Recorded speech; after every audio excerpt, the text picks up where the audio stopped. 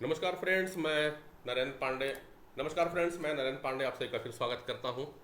और जैसा कि हमने कल वादा किया था कि रोज़ाना आपके साथ हम फेसबुक लाइव होंगे, बात करेंगे कुछ वो चीज़ें जो कि आपके जीवन के लिए बहुत महत्वपूर्ण है, आपकी लाइफ के लिए बहुत महत्वपूर्ण है। मगर अफसोस ये है कि सारी बातें जो कि आपकी ज़िंदगी के लिए अहमियत रखती है, उसे किसी स्कूल, कॉलेज या विश्वविद्यालय में पढ़ाया नहीं जाता है। अ, हर आदमी चाहता है कि वो सुखी रहे, हर आदमी चाहता है कि वो हेल्दी रहे, स्वस्थ रहे, मगर कैसे, बस इसी की कमी थी। तो हमने कोशिश की कि डॉक्टर अनिल कुमार गुप्ता जी के साथ मिलकर के आप लोग के साथ में चर्चा करें, आपके साथ में लाइव आए। डॉक्टर अनिल कुमार गुप्ता जी एक MBBS MS ऑप्थेल्मोलॉजिस्ट हैं, साथ में आप न्यूरो लिंग्विस्टिक प्रोग्रामिंग के भी आप मास्टर हैं, वैदिक विज्ञान पे आपने PhD कर रखी है। तो इतना सारा चीज़ें हैं जो कि आपको जीवन में एक प्रकार से सुखी रखने में, हेल्दी रखने में महत्वपूर्ण योगदान जरूर देगा। कल के सेशन को काफ़ी लोगों ने पसंद किया। हमने ये समझने की कोशिश की कि अचानक मूड बदल क्यों जाता है कि वो आदमी परेशान हो जाता है। तब मूड बदलेगा तो आदमी परेशान होगा, और आदमी परेशान होगा तो बीमार होगा। वैसे भी मौसम बदल चुका है, पानी गिरने लगा है, तो निश्चित रूप से बीमारियां भी आएंगी। तो बीमार मुक्त रहा जाए या हेल्दी रहा जाए, आज ये विषय पे बात कर लेते हैं। डॉक्टर साहब, आदमी हेल्दी तो कोई दिखता नहीं है आपकी परिभाषा के हिसाब से, तो क्या जरूरी है और हेल्दी रखा, डिसीज से मुक्त होना, क्या आदमी स्वस्थ है ऐसा मान लिया जाए? जैसा कि अस्पतालों के चक्कर जो नहीं लगा तो उसको बोलते हैं वो आदमी बहुत हेल्दी है। नमस्कार पांडे जी। सुप्रभात मित्रों। देखिए, आज मस्तक पर दस्तक जो टॉपिक है उस पे हम बात कर रहे हैं स्वास्थ्य और बीमारियां, health versus disease. Pandey ji, कल एक न्यूज़पेपर से एडिटर का फोन आया कि सर बीमारियों का मौसम चल रहा है, बारिश का मौसम चल रहा है, बीमारियां बहुत बढ़ रही हैं, तो कुछ एक छोटा सा आर्टिकल लिख के दे दीजिए कुछ बीमारियों के बारे में, रोकथाम के बारे में। हम्म। तो मैंने 8-10 बीमारियों के बारे में लिख के दिया। और जब मैं वो आर्टिकल लिख रहा था तो तब मेरे मन में ही कुछ विचार आ रहे थे कि कौन सी बीमारियों के बारे में लिखूं। तो मैंने 8-10 बीमारियां तो लिख दिया कि मलेरिया हो रहा है, डेंगू हो रहा है मच्छरों की वजह से, कि टाइफाइड हो रहा है गंदे पानी की वजह से, डायरिया हो रहा है गंदे पानी की वजह से, कि कंजक्टिवाइटिस हो रहा है, स्किन के फंगल इन्फेक्शन हो रहे हैं नमी की वजह से। लेकिन जैसे जैसे मैं लिखते जा रहा था तो बीमारियों की लिस्ट तो बढ़ते जा रही थी कि किसको लिखूं और किसको ना लिखूं, और आर्टिकल को कितना छोटा करूं कितना बड़ा करूं। तब मुझे समझ में आया कि उस आर्टिकल को लिखते लिखते मुझे समझ में आ रहा था कि नहीं, बीमारियों के प्रति अवेयरनेस लाना ठीक है, जरूरी है, लेकिन उससे भी ज्यादा बड़ी अवेयरनेस की जरूरत है स्वास्थ्य के बारे में। देखिए भाई, बारिश का मौसम है, अगर ऐसे में हम अपनी इम्यूनिटी के ऊपर काम कर ले, स्वास्थ्य के ऊपर काम कर ले, तो किसी भी बीमारी के बारे में जानने की जरूरत नहीं पड़ेगी। मैंने कल भी कहा था कि बीमारियां हजारों में है, लाखों में है, हम्म। और स्वास्थ्य एक है। लेकिन आप जब डॉक्टर के पास जाते हैं तब आपको बीमारियों के बारे में पता चलता है, स्वास्थ्य के बारे में नहीं। कोई भी डॉक्टर आपको बीमारियों के बारे में बता सकता है, जिस चीज का वो स्पेशलिस्ट है उन बीमारियों के बारे में बता सकता है। लेकिन जब आप बात करेंगे कि स्वास्थ्य की, तो स्वास्थ्य डॉक्टर नहीं बता सकते, स्वास्थ्य हमें समझना होगा। इनफैक्ट जो मॉडर्न मेडिकल साइंस है वो बीमारियों का विज्ञान है, डिजीज का विज्ञान है। एक एक डिजीज के बारे में डायग्नोज कैसे करना है, उन्हें ट्रीट कैसे करना है। लेकिन जो हेल्थ का विज्ञान है वो है हमारा वैदिक विज्ञान। वैदिक विज्ञान कहता है कि हेल्दी रहने के लिए हमारे बॉडी के अंदर एक लाइफ फोर्स एनर्जी है, लाइफ हम्म। Force energy. अगर वो लाइफ फोर्स एनर्जी आपकी बैलेंस है, ऑप्टिमम है, तो फिर आप हेल्दी हैं। अगर हम मॉडर्न मेडिकल साइंस के हिसाब से हेल्थ की डेफिनेशन समझें तो मैक्सिमम लोग ये समझते हैं कि किसी भी बीमारी का ना होना हेल्दी होना है। लेकिन WHO कहता है health is a state of complete physical, mental, social and spiritual wellbeing, not merely an absence of disease और इन्फर्मिटी। लेकिन वैदिक विज्ञान एक अलग ही डेफिनेशन देता है। वो कहता है कि जब आपकी प्राण ऊर्जा, लाइफ फोर्स एनर्जी अगर बैलेंस्ड है, ऑप्टिमम है, तो आपकी बॉडी एक वेलनेस की स्टेट में चल रही है और आप हेल्दी हैं, वेलबींग में, स्टेटस में है। यानी कि मेडिकल साइंस समझता है इम्यूनिटी को, कि आपकी इम्यूनिटी अच्छी होगी तो आप हेल्दी रहेंगे, कोई डिजीज आपको कैप्चर नहीं कर पाएगी। लेकिन वैदिक विज्ञान बोलता है लाइफ फोर्स एनर्जी, यानी जब आपकी लाइफ फोर्स एनर्जी अच्छी होगी तो इम्यून सिस्टम भी अच्छा होगा, और इम्यून सिस्टम स्ट्रांग होगा तो कोई भी डिजीज आ जाए उससे लड़ने की क्षमता आपके अंदर है। यानी बारिश का मौसम हो, सर्दी का मौसम हो, गर्मी का मौसम हो, अगर आपकी इम्यूनिटी अच्छी है तो आपको किसी मौसम में डरने की जरूरत नहीं। लेकिन वैदिक विज्ञान कहता है कि इम्यूनिटी के लिए भी आपको किसमें जाना होगा? Life force energy. एक चीज समझना है साहब कि लाइफ फोर्स एनर्जी की जो आप बात कर रहे हैं, हम्म। आपने बात किया इम्यूनिटी की, हम्म। बात अभी यहाँ पे हेल्थ की है। सबसे हम्म। पहली बात तो ये लाइफ फोर्स एनर्जी को आदमी सामान्य भाषा में समझेगा कैसे? लाइफ फोर्स एनर्जी समझ, एनर्जी का तो मतलब आदमी समझता है कि हमारा जो खान पान है उससे जो हमें मिल रहा है एनर्जी वही है। अब मैं भी आप कई तो यूट्यूब चैनल को देखता हूँ, कई बार मेरे फेसबुक पे भी आते हैं, और आज सवेरे ही एक फेसबुक पे आ रहा था कि आपको हेल्दी रखना है तो हेल्दी डाइट खाना होगा, उससे आपकी एनर्जी बढ़ेगी, तो आप प्रोटीन ज़्यादा ले लीजिए, कार्बोहाइड्रेट को थोड़ा सा कम कर दीजिए। तो आप तो एक लाइफ फोर्स एनर्जी की बात कर रहे हो, और इस एनर्जी में दोनों में क्या डिफरेंस हो जाएगा? जिस एनर्जी की आप बात कर रहे हैं वो है फिजिकल एनर्जी। वो बॉडी को स्ट्रांग रखने के लिए काम आ सकती है। लेकिन जो लाइफ फोर्स एनर्जी है वो हमारे पांचों डायमेंशन को मेंटेन करती है, यानी फिजिकल, मेंटल, इमोशनल, सोशल और स्पिरिचुअल। ये पांचों डायमेंशन को बैलेंस करती है, और वही तो डब्ल्यूएचओ की डेफिनेशन है ना, कि पांचों डायमेंशन में हेल्दी होना। अगर एक लेमन लैंग्वेज में समझें तो मान लीजिए पांडे जी भी आपका घर है, और घर के अंदर में जो इलेक्ट्रिसिटी की वायर बिछी हुई है, और उस इलेक्ट्रिसिटी वायर के अंदर में वोल्टेज कितना आना चाहिए नॉर्मल फंक्शनिंग के लिए? 420 के आसपास, 220 के आसपास। 220 के आसपास। तो अगर 200 से कम आ जाए या 240 से ऊपर आ जाए तो क्या होगा? हाँ, तो हमारे यहाँ शॉर्ट सर्किट हो जाएगा, तो पूरे फ्यूज उड़ जाएंगे, सब मशीनें पूरी बिल्कुल। खराब। इस टेक्निक को, इस टेक्नोलॉजी को हम समझते हैं। इसी प्रकार से हमारे फिजिकल बॉडी के अंदर फाइबर ऑप्टिक केबल बिछे हुए हैं, जिसे हम कहते हैं नाड़ियां। और ये नाड़ियां होती है 3,52,006 नाड़ी। अच्छा। ये हमारे बॉडी के ऑर्गन्स के साथ जुड़ी हुई हैं, और इसमें एक लाइफ फोर्स एनर्जी, एक एनर्जी फ्लो करती है, करंट फ्लो करता है, जिसे हम कहते हैं लाइफ फोर्स एनर्जी। और इसका एक ऑप्टिमम लेवल होना चाहिए, बैलेंस्ड लेवल।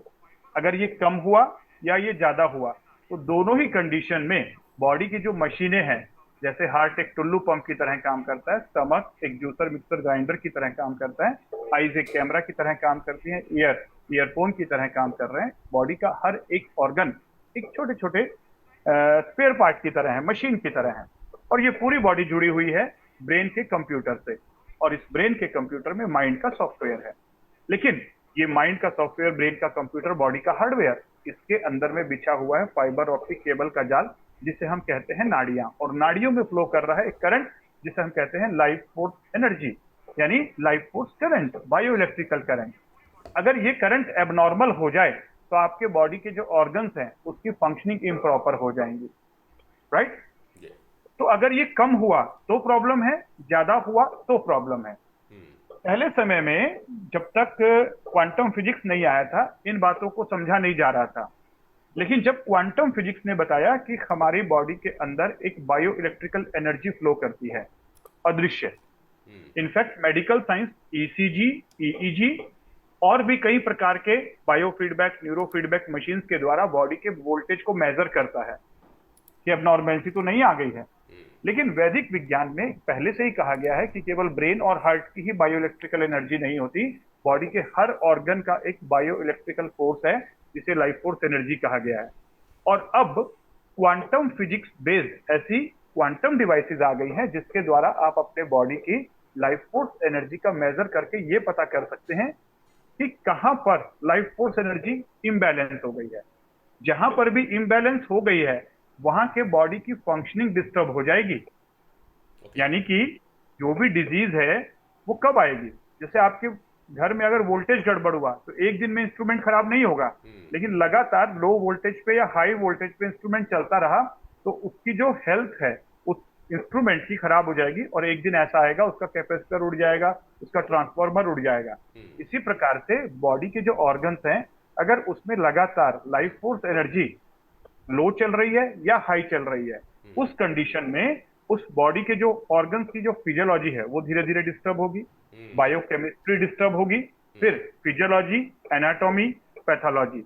मैं यानी यहाँ पे एक डिजीज। चीज़ है आपसे बोल रहा हूँ कि जैसे कि अभी आपने कहा कि घर की जो इलेक्ट्रिसिटी वायर है उसमें अगर कुछ प्रॉब्लम वोल्टेज कम हो जाए या वोल्टेज डाउन हो जाए तो उसको मापने की हम्म। एक मशीन होती है। हमारा हम्म। इलेक्ट्रिशियन आता है, वो गैल्वेनोमीटर लगा करके चेक कर लेता है कि कहाँ पे हम्म। कितना वोल्टेज कम हो रहा है, कहाँ पे ज़्यादा है। ऐसा कोई मशीन इजाद है क्या कि जिस चीज़ की आप बात कर रहे हो, लाइफ फोर्स एनर्जी या प्राणिक ऊर्जा, इसको देख लिया जाए कि हाँ ये खराब, ये थोड़ा सा कम या ज़्यादा हो गई है किसी किसी जगहों पे, और इससे कौन कौन से ऑर्गन कैसे कैसे प्रभावित हो जाते हैं? डेफिनेटली। देखिए, अगर हम 100 साल पहले की बात करें हम्म। तो जो हीलर्स होते थे वो समझ पाते थे कि यार ये व्यक्ति का ऑरा स्ट्रांग है, इस व्यक्ति का बायोफील्ड स्ट्रांग है, सेंस कर पाते थे। हम्म। और आज के समय में भी हम कई बार देख के बताते हैं ना कि यार ये व्यक्ति जानदार है, शानदार है, इसका स्टेमिना बहुत अच्छा है, इसका एक आभा मंडल बहुत अच्छा है। हम्म। लेकिन बाद में फिर डिवाइसेस आई, aura scanning devices, Kirlian photography, जिसके द्वारा अदृश्य जो आभा मंडल होता था, बायो इलेक्ट्रिकल फील्ड होता था, उसका एक पिक्चर लिया गया। हम्म। लेकिन आज की डेट में उस टेक्नोलॉजी में बहुत एडवांसमेंट हो गया है। क्वालिटेटिव ही नहीं, क्वांटिटेटिव एनालिसिस कर सकते हैं आप अपने अच्छा। जीडीवी बायोवेल, हम्म। बायोफील्ड व्यूअर, हम्म। बायोफील्ड रीडर, हम्म। और भी कई ऐसे कैमरास अवेलेबल हैं जिसके द्वारा आप अपने बॉडी की लाइफ फोर्स एनर्जी का क्वालिटेटिव और क्वांटिटेटिव दोनों लेवल पे एनालिसिस कर सकते हैं। इसमें से कई डिवाइसेस मेरे पास पॉजिटिव हेल्थ जोन में हैं, जैसे बायोफील्ड रीडर और जीडीवी बायोवेल, ओके। एक बायोफोटोनिक चीज़ पूछना था, एनालिसिस। जैसे अब बता दूं मैं दोस्तों कि डॉक्टर अनिल गुप्ता जी का एक सेंटर है, पॉजिटिव हेल्थ जोन, जहाँ पर आप वैदिक विज्ञान के आधार पे लोगों को हेल्दी रखने के जानकारी दे रहे हैं और उन्हें हेल्दी रहना बता भी रहे हैं। उसी की बात हो रही है, वहाँ पे एक मशीन है जीडीवी बायोवेल के नाम से, जिसपे आपकी शरीर में बहने वाली जो लाइफ फोर्स एनर्जी है, जो प्राणिक ऊर्जा है, उसको मापा जाता है, उसका पैमाना निश्चित है, उसको मापा जाता है। अब मैं एक चीज़ पूछता हूँ डॉक्टर साहब, जैसे कि एक लाइफ फोर्स एनर्जी है जो आपने कहा, वो अदृश्य रूप से हमारे शरीर में बह रही है, उसको हम देख तो पाते नहीं, ठीक उतना जैसा करंट है, और हमारे यहाँ भी केवल अंडरग्राउंड बंधी हुई है। तो बॉडी के अंदर में भी ये अंडरग्राउंड एक केबल लगी हुई है जिसके अंदर में एक करंट बह रहा है, निश्चित रूप से है। करंट इसलिए भी मान सकता हूँ करंट बह रहा है क्योंकि जिंदा आदमी को ही इलेक्ट्रिक का करंट लगता है, मुर्दा को लगता नहीं है। तो ये बात आपकी सही है कि अंदर में एक करंट बह रहा है, पॉजिटिव और नेगेटिव होगा। अब मुझे ये समझना है कि ठीक है, इससे जो अलग अलग जो बीमारियों को आप लोग जोड़ते हो, कहते हो कि किसी को हार्ट का प्रॉब्लम हो गया, किसी को गैस का प्रॉब्लम है, किसी की किडनी खराब हो रही है, तो एक तरफ अब पूरा विश्व यह मानने लगा है कि ये एक मन से संबंधित बीमारियां हैं, चाहे वो डायबिटीज हो, हाइपरटेंशन हो, इवन हार्ट अटैक को भी वो लोग पहले कहते हैं कि आपको स्ट्रेस की वजह से हो रहा है, और ये मन से 80% जो बीमारियां हैं वो कहीं ना कहीं माइंड से रिलेटेड है। अब मैं एक पैमाना तो आपने बता दिया कि नापने की मशीन है, उसको हम और भी समझेंगे आगे, लेकिन उसके पहले ये समझो कि ये बीमारियां का आपके इन नाड़ियों से और लाइफ फोर्स एनर्जी से क्या संबंध रखता है और कैसे रखता है?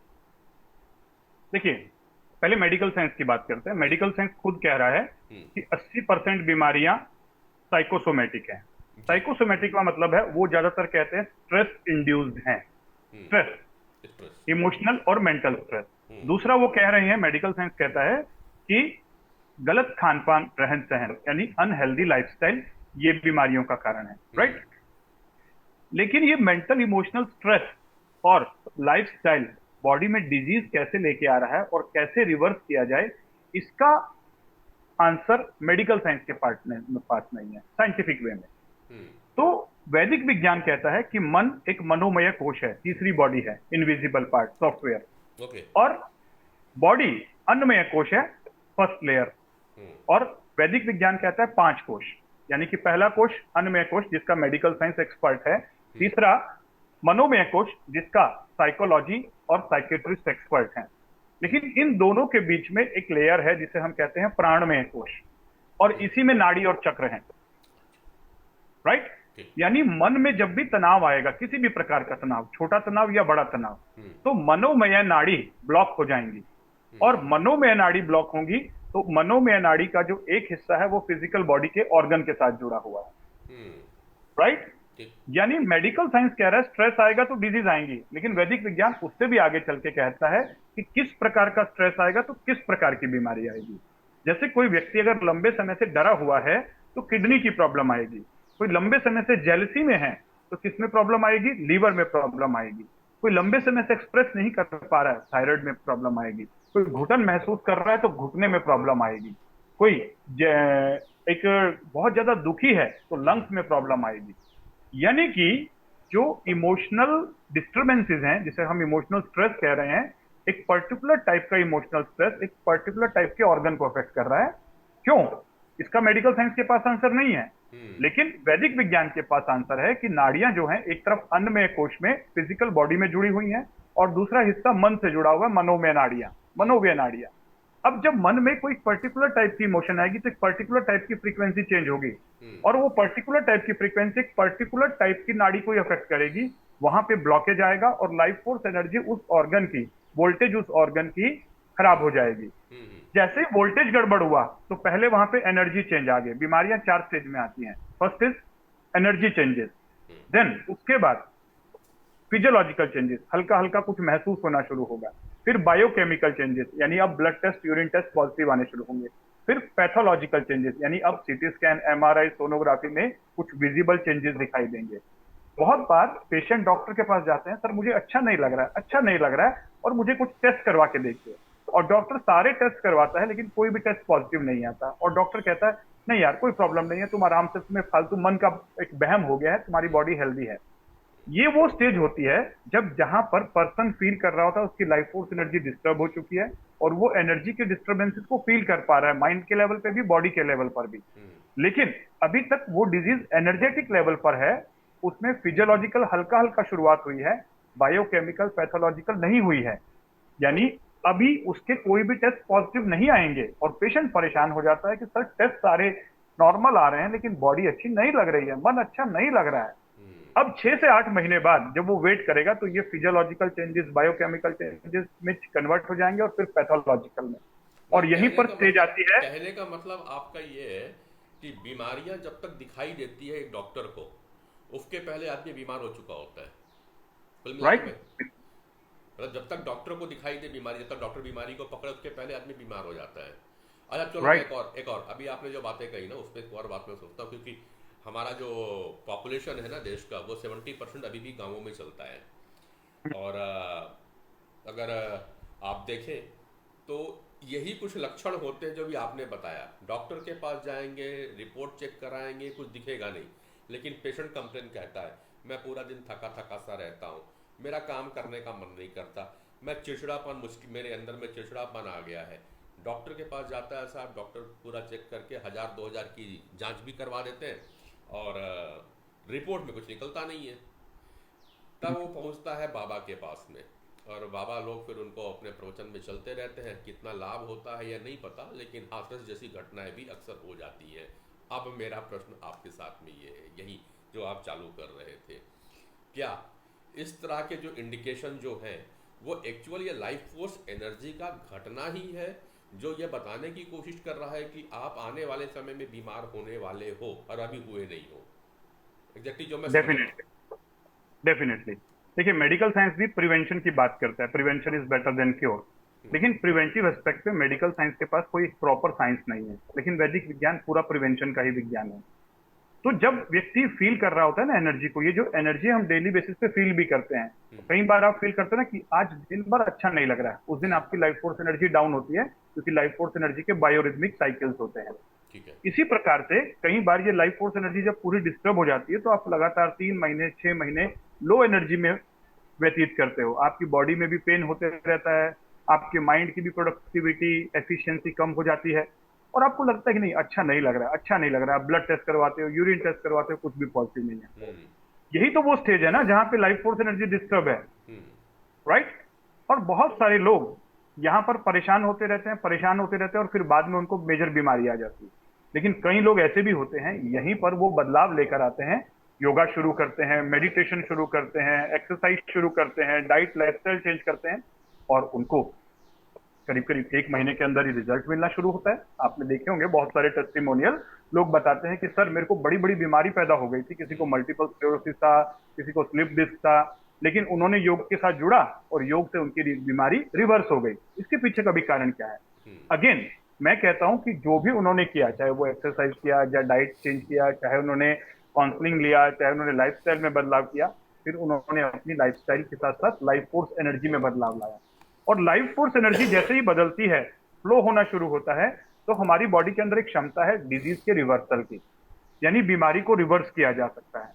पुराने समय में टीबी के पेशेंट्स को कहां पर लेके जाते थे? सैनिटोरियम में, वो पहाड़ों पे बनाए जाते थे, बिल्कुल। क्योंकि वहां की जो लाइफ फोर्स एनर्जी होती है प्लेस की, वो अच्छी होती है। हम्म। तो नेचर अपने आप में 25% नेगेटिव एनर्जी एब्जॉर्ब कर लेता है। हम्म। समझ रहे हैं बात? हम्म। ऐसे ही कहा जाता है ना कि जब आपको अच्छा नहीं लग रहा कि यार थोड़ी सी आबो हवा चेंज कर लीजिए, यानी आप एक जगह से दूसरी जगह जाइए तो ये भी तो थोड़ा कहते सा। हैं, ये भी तो कहते हैं कि किसी की आबो हवा लग गई है। स्टेप बहुत सारे हैं, लेकिन अपने को इस एनर्जी को बहुत सिंपल वे में समझना है।